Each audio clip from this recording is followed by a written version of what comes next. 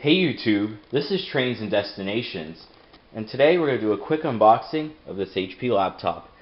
Now specifically, this is the HP ProBook 440G5. I believe it came out in 2017. Don't quote me there, but I think it came out in 2017.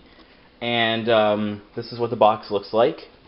Now the ProBook is in HP's business line of laptops. So HP sells two business laptops. You have the ProBook series and the EliteBook series, and the difference is that ProBooks typically are in the mid $100 price point, like the mid hundreds, $500–600, whereas the EliteBook usually costs over $1,000. But the ProBook and EliteBook series are available in various different models, and they're aimed primarily at business professionals as well as creative professionals. So this is, again, HP's business line of laptops, so it's not a Pavilion, it's not a Spectre, it's not an Envy. This is the ProBook. So if you look at the box, being that this is a standard business laptop, as you can see, it's a very plain Jane box. Really not much to say. It's a very standard box. Now on this side of the box is where the specs would have been, but on my particular unit, it's been ripped off because I did get this laptop slightly secondhand. But yeah. But anyway, let's go ahead and do the unboxing. Camera focus in, and once you do open up the box, I did slice it open already. It's a very standard laptop unboxing. So first we'll take out the charger, and as you can see, this has pretty much the same charger that you have on pretty much every single HP. So every single HP has this charger. There's no difference. So you have essentially your two-piece set. So you have your AC adapter here, that's the plug that goes into the laptop itself, and then this is your power cable of a three-prong power adapter, or a three-prong plug I should say. So you get that. Going back to the box, you get your paperwork including setup instructions.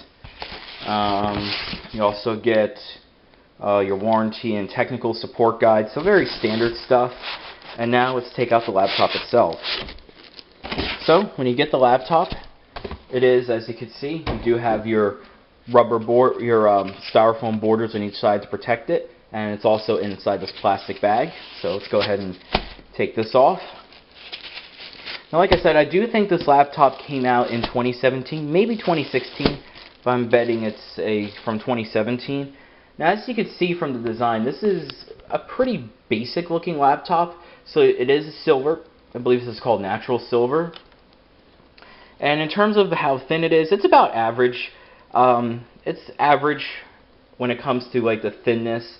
It's obviously not a thick laptop, but it's definitely not the thinnest either, not by today's standards. So while we're on the left side, let's go over the port selection. So obviously here is your exhaust fan, and it's a pretty big exhaust fan. So you have one here on the bottom and one here on the side. So this should allow for pretty good cooling. And as you can see, your intake is there on the bottom. Now, as far as ports on the left-hand side, you have a USB port right there. And I believe it's based on the lettering, based on the symbols, I should say. This is a USB 3.0 port, so that's good. Right here, you have your headphone jack, as well as a full-size SD card slot and a Kensington lock right there. As you can see on the front, it all comes into this little taper right here. And you also have a little edge that comes out to allow you to open the lid easier. Coming to the right hand side of the laptop is where the majority of your ports are. So from left to right, we have ourselves a USB Type-C port, so that's nice to see. Another USB 3.0 Type A port, full-size HDMI, and VGA. That's a pretty interesting port on a pretty current laptop to have a VGA port. But again, this is meant for business professionals. VGA monitors are still somewhat common today, so I'm not surprised that it has this port. Now, this does not have any sort of docking station. The EliteBook series has a docking port, so you can dock the laptop, say if you want to use dual monitors or something. But this one doesn't have it, but it does have this connection as well as HDMI if you want to connect the laptop to an external display. And there you do have an open Ethernet port. So I'm a little surprised. This doesn't even have a cover on it. It's just an open Ethernet port. And nowadays, Ethernet, again, not all that popular, but again, for business professionals, And for those who are getting serious work done, Ethernet is still an important port to have. And of course your barrel plug power connector goes in there. On the back of the laptop you just have your ProBook branding, as you can see. And on the bottom, there's really not much. You have your 4 rubber feet. And another interesting thing is that this laptop, being a business laptop, this one's a bit more serviceable. So as you can see, you do have this outline around this piece and this piece, and that's because these are meant to be removable. And so this allows you easy access to things such as the RAM and the storage. Now in terms of the specs for this laptop, again, this is slightly older, so it has a 7th gen Core i5. It's the Core i5-7200U, which runs at 2.5 gigahertz, I believe, around 2.5 gigahertz. It has 8 gigabytes of RAM, so that's good, pretty standard, and a 256 gigabyte SSD. So these are pretty decent specs. They're not, by today's standards, they're not the most amazing specs in the world. Most laptops nowadays have these kind of specs. And a 7th gen Core i5, not the best, not the most powerful, because it is a dual core processor, whereas starting with the 8th gen Intel processors, you got quad core, but still pretty respectable. And like I said, a 256 gig SSD. And these are available with a variety of specs. You can get these. You can get these with 1 terabyte hard drives, 512 gig SSDs, i3s, i5s, i7s. So a lot of these are pretty customizable. Now, opening up the laptop, the design itself is pretty standard. So if you look at the display, it is a 14-inch, I believe it's a 1366 by 768 TN panel, and I'll turn it on real quick at the end, and I'll see if that's the case. But yeah, more than likely it is a 1366 by 768 display. Again, this is a business laptop, so this is not meant for, necessarily photo editors. So you are gonna, typically with any business laptop, you're gonna suffer with a lower quality display. But up above that, you do have your web camera, and it does say it's an HP HD webcam. Looking down at the keyboard, it's a pretty much standard chiclet style keyboard, and it looks pretty nice. There's not a ton of travel, but it does feel nice. The keys feel pretty sturdy. You can see that. It has a nice click to it, and the keys themselves feel pretty sturdy. And as far as the keyboard layout, it is pretty much a standard keyboard layout. It is backlit, so that's nice. And above your top row here, you do have your front-mounted speaker. And that's one thing I do like about HP laptops. Pretty much all HP laptops have front-mounted speakers. They're not on the bottom, and trust me, a front-mounted speaker is way better than a bottom-mounted speaker. Now, like I said, the design, it's very plain Jane. I do like your little silver accents that come up from the bottom here. And as you can see, your hinge is also silver, and it's nicely offset by the black. So I think this is a pretty classy, obviously, business look to a laptop. Obviously pretty plain. If you look at a consumer HP laptop like a Pavilion or Pavilion X360, those have more style. But again, it's nice. It's classy. Up here is your power button, and here I believe this is a fingerprint sensor. Now this is an older type of fingerprint reader, because how it works is that you essentially rub your finger, you kind of slide your finger over it. That's how it works. And there's your Intel sticker. And then this is your trackpad. It's a pretty standard sized trackpad. I'm not sure if this has Windows Precision drivers or not. This might have the older HP Synaptics drivers. Again, I am not exactly sure. But anyway, without further ado, I'm just go ahead and do a quick little typing test, see how the keyboard feels.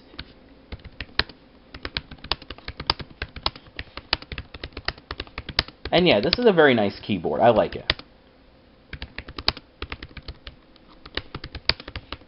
The keys just have a very sturdy feel to them. There's not a ton of travel. This is not a ThinkPad. It does not have ThinkPad's level. Doesn't have the ThinkPad's level of travel. And so it is a shower keyboard. But that being said, it's nice. The keys feel sturdy. It's a very solid touch when you hit a key. And so overall, I'm really liking this keyboard. So that works, and the trackpad makes a nice subdued click, and it feels nice. It's a nice feeling surface.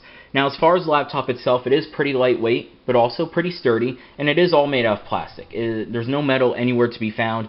you have to get the higher end EliteBook if you want a metal laptop. But anyway, let's go ahead and turn it on. And there you go, your backlit keyboard lights up. And let's see. Actually, this looks like this might have a 1080p panel. It looks pretty sharp. Again, I do apologize, but I'm not sure if this has a 1080p or 720p display. But based on the look, this looks to be 1080p. Let me just zoom in there. I mean, you can see that's pretty clear. So regardless of what the actual resolution is, this is a pretty nice panel. I know I said pretty a lot, but again, this looks like a nice panel. It is a matte display, which personally I like because I do not like glare. Oh yeah, this is 1080p. You can just look for how clear it looks. This is clearly a 1080p panel, so that's nice. And for me personally, I prefer a matte display, and because I do not like glare. And I also find that matte panels are easier to keep clean than a standard glossy panel. That being said, matte panels are duller, so if you're someone who likes more vibrant colors or brighter colors, this is not going to be the thing for you. And whoa, this camera needs to refocus itself. There we go. So it's going to take a little while. I did not set up this laptop yet, so I'm not going to really show you for now the the screen, whatever, the desktop. I mean, everyone knows what Windows 10 looks like, so I'm not really going to get into that. But as you can see, oh, and that's a nice little touch right there. The power button does light up. And there we go. We have our typical Hi there, I'm Cortana, startup. And I'm here to help. Yep. A little sign in here, a touch of Wi-Fi there. And as you can see, We'll the speakers are pretty good. So let me put this up a bit. Use your voice or the keyboard along the way, and if you'd Yeah, like these me are to good stay speakers. quiet, just select the little microphone icon towards the bottom of And yeah, you can see that backlit keyboard looks really nice. Let me give you a top-down view. And I like that too. You can actually, you can see the keys themselves are individually lit. Like you can see the actual keycaps through the keyboard. It's really nice. Because other backlit keyboards, you'll have the lighting around the keys but not through the letters themselves. So that's really nice. But anyway, I think I'll wrap it up here. I'm not going to go through, I'm not going to show you the startup process. Everyone knows how it is with Windows, so I'm just going to end it off here. But anyway, again, I'd like to thank you all for watching my unboxing of the HP ProBook 440 G5.